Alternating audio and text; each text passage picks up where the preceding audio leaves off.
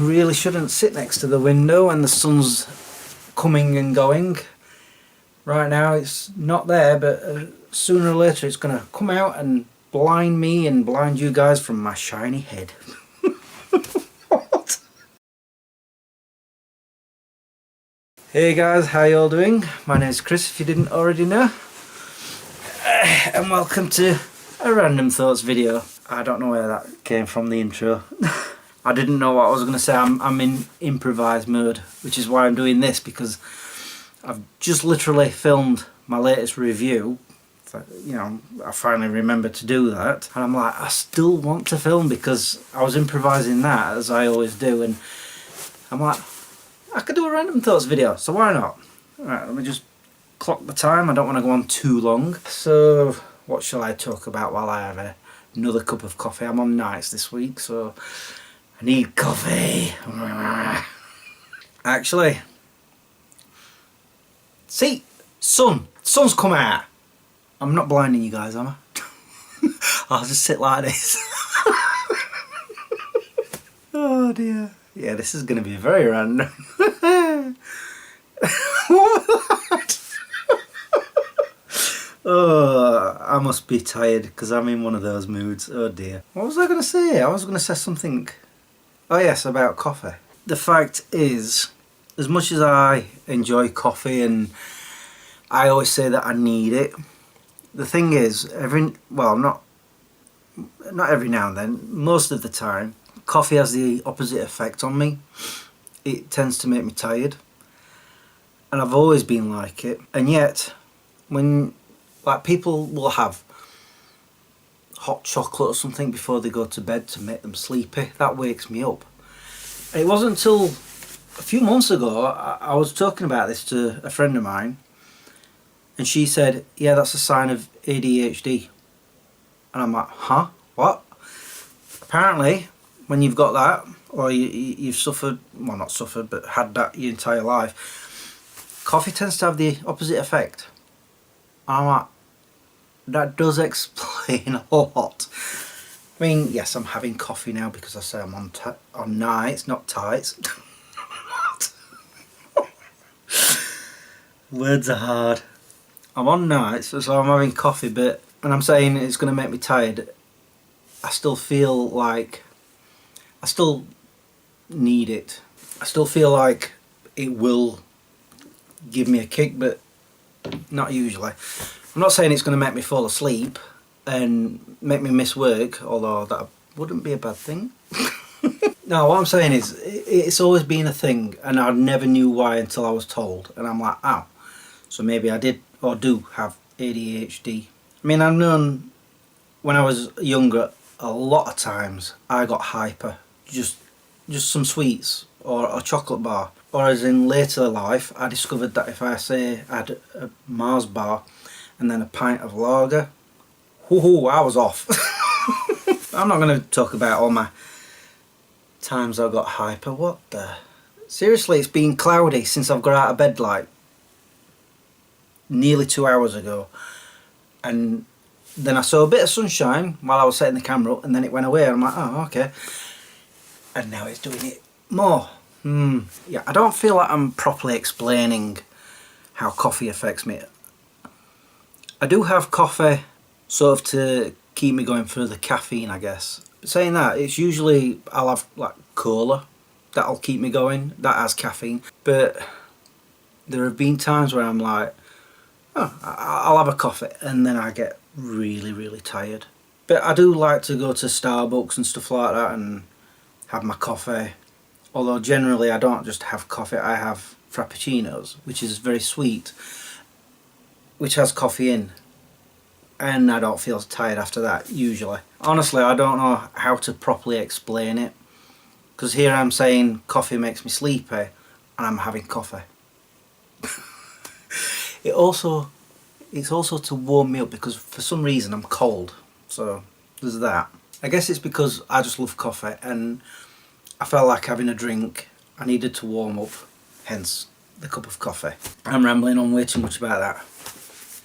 I could actually talk about another confession. Back in August of last year, I think it was August, I know it was definitely in September, I had started making another video, an unboxing video. I've not filmed anything for that video since September of last year, when I was camping in South Downs National Park. Yeah. Let me just show you what it was I was unboxing.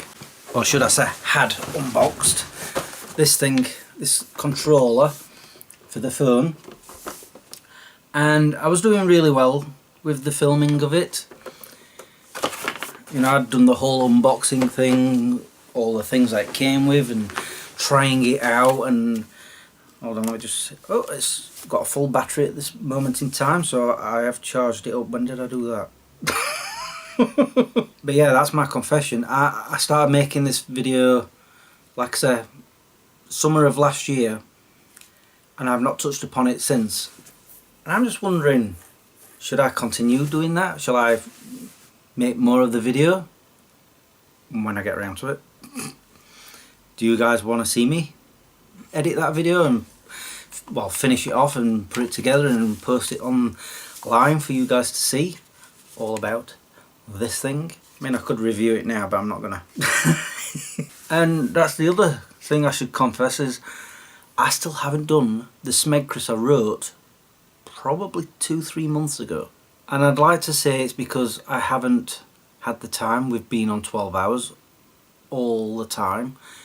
But I did have a week off of work early this month during my birthday. I could have done it then. But yeah, the script is written. The reason I didn't do it at first was because it's going to be all about my dad, who I've probably already mentioned, passed away in December. And I was trying to find some compilation clips of the character of my dad that I played on Smegchris, called Father. And so that took a long process of going through, sifting through. But I've done all that.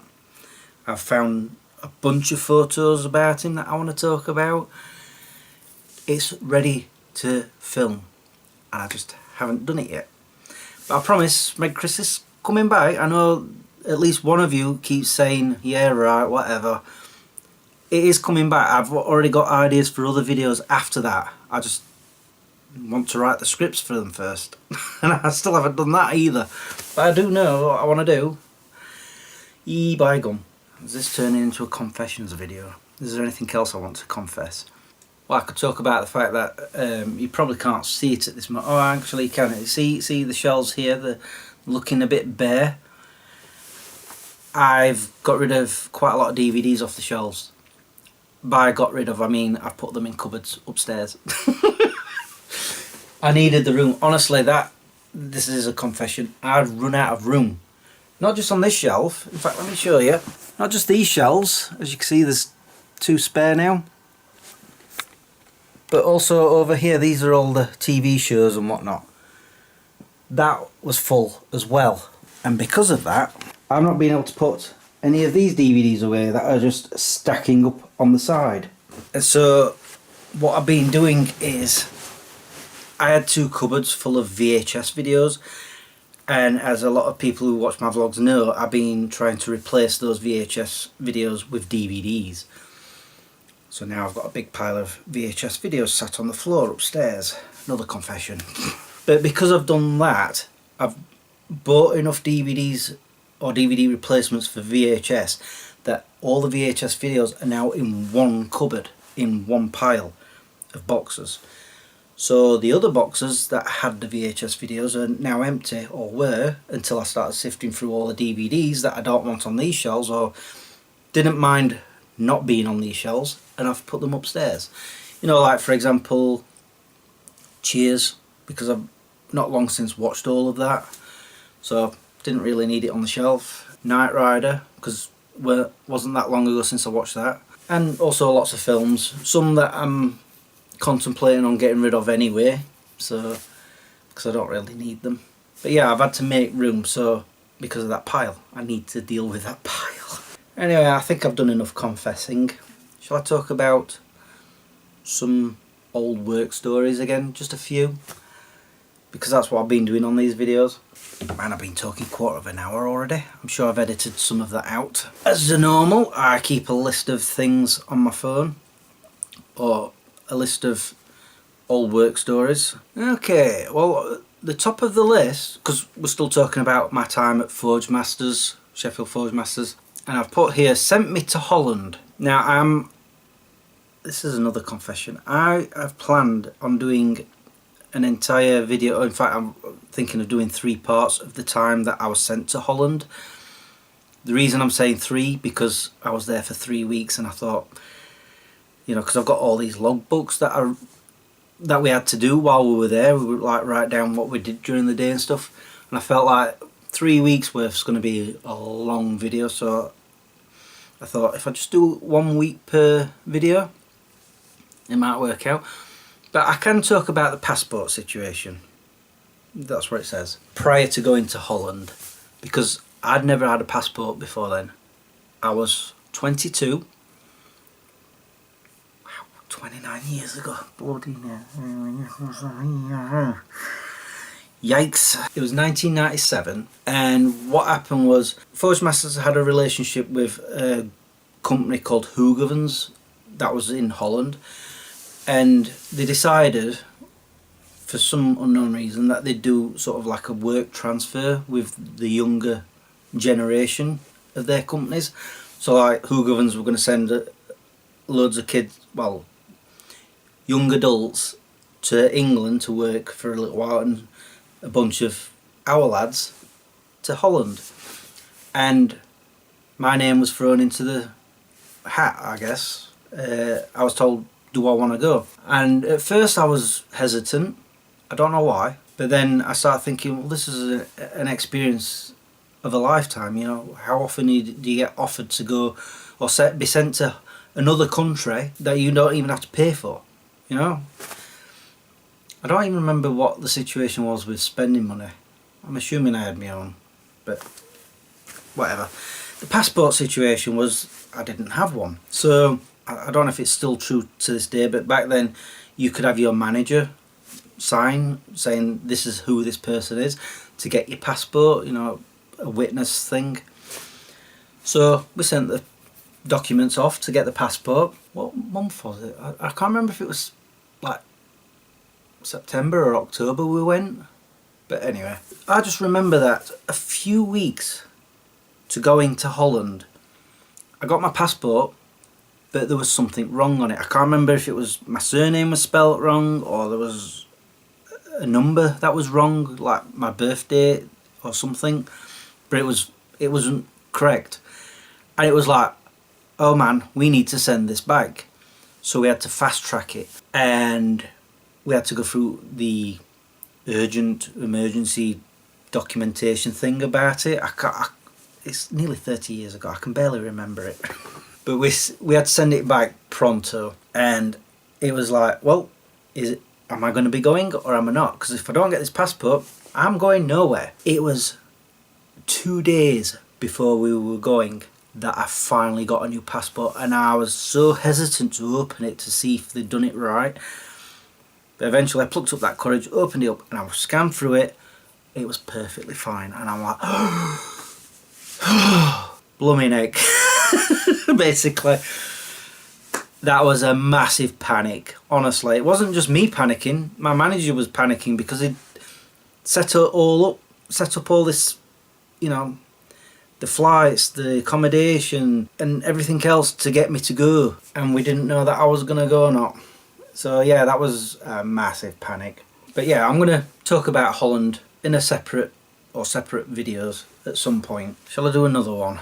Just because I am going on a bit longer. Lad who wanted to step outside and fight. I do remember that one. I was the team leader at this point. I don't know what was going on. We were in the mess room, the canteen. I was sat at the end of the table having my dinner, and there were another lad outside of me and this other guy. Let's call him antagonist.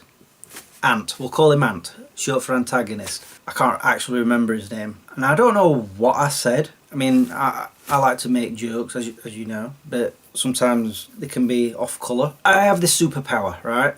I've been saying this to everyone. I have this superpower where I can upset anybody, even when I'm not trying. Honestly, I could upset a nun. Seriously.